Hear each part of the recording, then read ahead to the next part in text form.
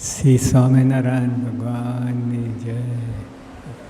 આ મન છે ને, ખાલી હિન્દુસ્તાન નહીં, યુરોપ નહીં, આખી દુનિયા નહીં, પણ આખા બ્રહ્માંડને અને અનંત બ્રહ્માંડ બધા મનને તાબે છે.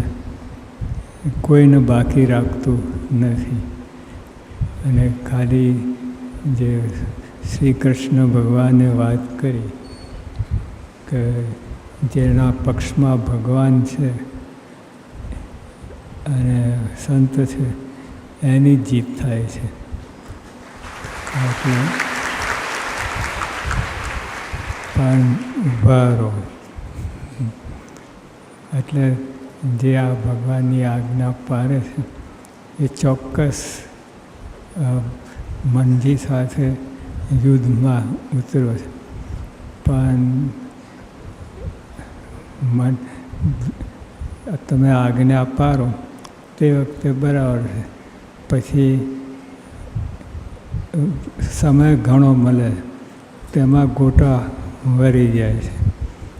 પણ તોય એક વાત ગેરંટી છે કે તમે આજ્ઞા પાડતા થયા એટલે મનની સાથે કુસ્તી કરવાને માર્ગે ચાલ્યા. મન તો બહુ છે, ભલભલા ઋષિમુનિઓના ધ્યાન તોડાયા છે, લૂંટાયા છે, બધું કર્યું. પણ તોય તમે જે આજ્ઞા પાડો છો એટલે અંતે આજ્ઞા દ્રઢતા પૂર્વક પાડશો તો તમે જીતશો. અને એટલું નહીં, જીતશો, ભાવ પાર થશો, મોક્ષ મેળવવા જોઈએ.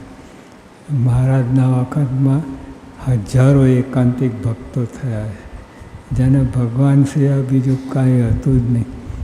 એ જીતી ગયા, પાર પડી ગયા.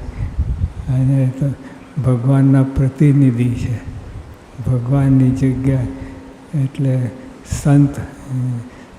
સંત આપણને જે વાત કરે એની એ પ્રમાણે આજ્ઞા પાડી તો આપણને જીત થાય.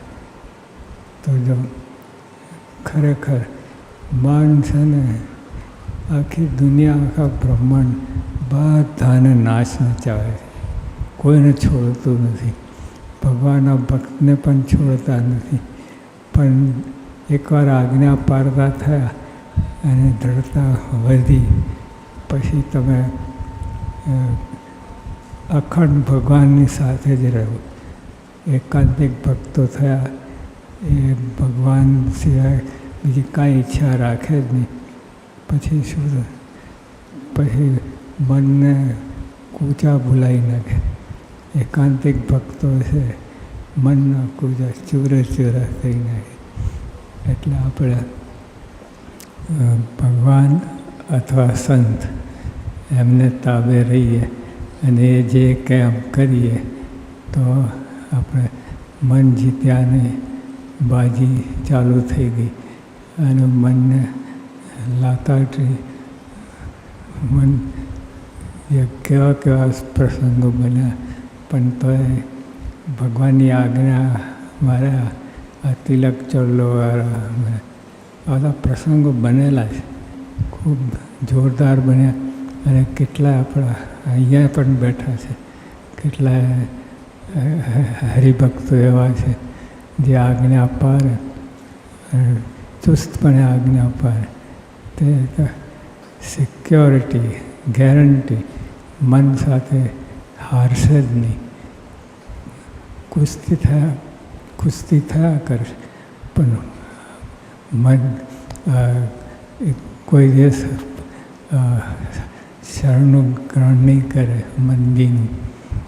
અને ભગવાનનું શરણનું એને છે એટલે એ બહુ મોટી વાત છે. એટલે આપણે ટૂંકમાં ભગવાનની આજ્ઞા, સંતની આજ્ઞામાં માલ છે. એમાં એ બાજુ ઢળવું, એમનો પક્ષ રાખવો ભગવાન, તો તમારી જીત છે, ચોક્કસ જીત છે. સદાન સ્વામી મહારાજ.